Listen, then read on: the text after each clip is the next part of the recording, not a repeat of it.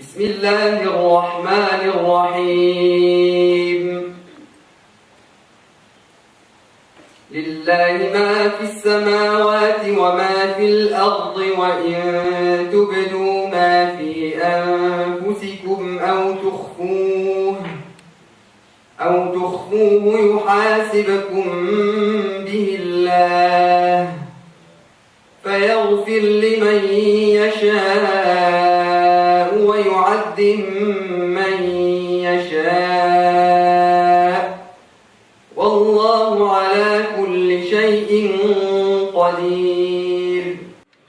Sister brothers, I think this is one of the rare times in the year where, alhamdulillah, the council's happened, and we're not really thinking of the work right now that takes place for the other 362 days in the year, but rather we're really alhamdulillah, we've got a conference coming up, and it's a real time to have some fun, to really get to know one another. The most beautiful thing, it seems to me, that you have taught me, and I have met fantastic Muslims in FOSIS in the last 5 years. If only the television cameras could see what you do. You greet me off the plane with such kindness. And you carry my 42-kilo suitcase full of books. And you call me Sheikh, and you open the door for me. It's so touching to see it, really. I wish the television could see it. The television would have you all as fanatics and terrorists. We should have welcomed, by the way, any members of the security services who are here. Any of you who are tough, you're very welcome. We've nothing to hide as Muslims. Real Muslims have nothing to hide. What does it mean to be British and Muslim or whatever we are? Where God has placed us today, in Britain today. Maybe as a traveller, maybe as a short time, it doesn't matter. It doesn't matter that you're here as a foreign student for 3 years in Britain. For this moment in time, you're here. And so therefore, this is the place that you should be working with. It doesn't matter that your family came from X, Y, or Z country, because you're here. And wherever I am, for that moment, you've got to be the best you can be for that moment. And that is the notion of excellence, of ihsan. That brother then got involved in Islamic society, got really active, developed Islamic society, got different people involved all over campus. In 2006, that Islamic society won the Society of the Year and the Student Union in the world because they got involved in other issues that affects all students as well, not just Muslim students. That brother then got elected in as vice president in the student union, and all the sports teams were against him because he didn't drink, because he didn't go clubbing. But he was determined to answer those criticisms. A year on, I remember that brother then got elected in as president of the student union, and by the people who were against him when he was going for vice presidency because he didn't drink were the people who voted for him in as presidency.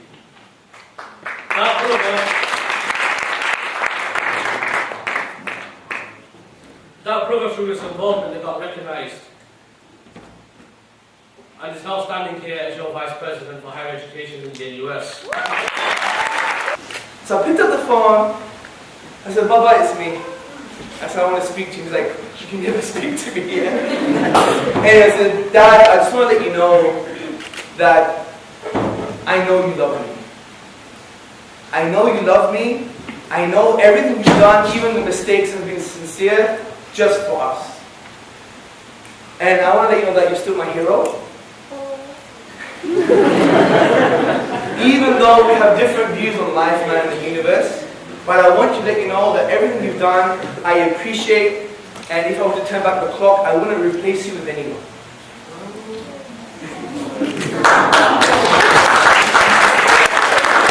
So, what happens in the Muslim world directly affects us, and as an ummah, really, our fates are intertwined. So we have to take an interest, really, in what's happening over there. But the good news about the Arab Spring is that for once we can actually associate ourselves with something positive that's happening in the Muslim world. And what's happened is that actually for once there is a new paradigm where the Muslim fanatic is not playing a central role. And the media has got very confused actually and political establishments because these protesters are not being violent, they're not shouting jihad, they're not burning anything.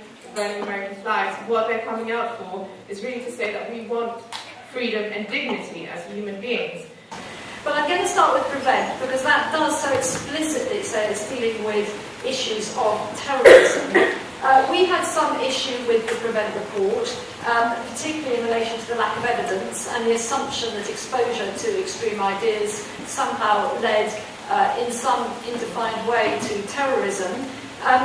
There are issues there about evidence, but having said that, the document itself, we feel, is a lot more sensible than the political rhetoric with which it was launched. I come back, I open the car, we sit down, and we go home. My son says, Dad, that's Taliban. I said, what do you mean Taliban? Yeah? We get Taliban from here. He says, no, Dad, I'm serious. I wake up in the morning, he says, Dad, Taliban. I says, where Taliban? What are you talking about, yeah? He says, no, he's on your Dad. You're Taliban. I said, what? I said, yeah, Dad, look. And wallahi, it was written in a black marker on my Basanti. Taliban. Yeah? Allah Akbar. This is what a sad situation. I rub it off and smell like diapers. And the winner is...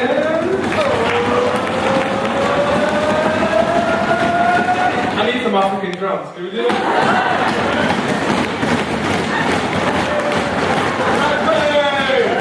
It's very close, it's very tight. We need to vote twice just to work out what's going on.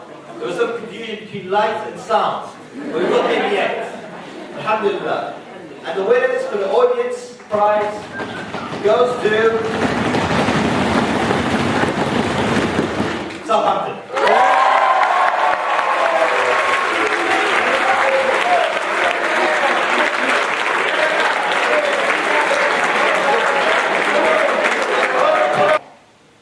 For this reason, our Messenger alayhi salatu wassalam كان شديد الحفاوة بالشباب. He gave the youth very special treatment. Very special treatment. Because it was upon their backs which the da'wah was established from the very first day. Did you know? Take this with me now. Did you know that our beloved Muhammad alayhi salatu wassalam, when he received the very first verse of revelation which marked his prophethood, he was at the age of 40. So remember, your friends need a change sometimes, and sometimes all of them. Your habits need a change, your environment might need a change, and many other factors. But inshallah, what I've done this evening, it's just a motivational talk.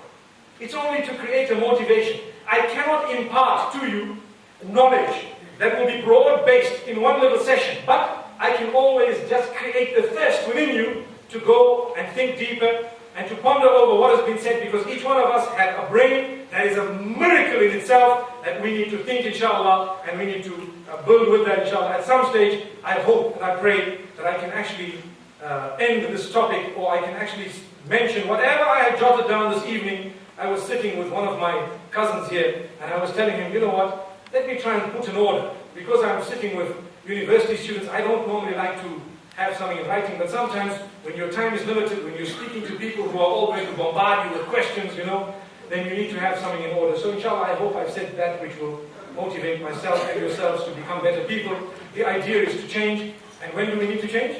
Now, inshallah. Jazakallah khair. Wa sallallahu wa sallam wa baraka ala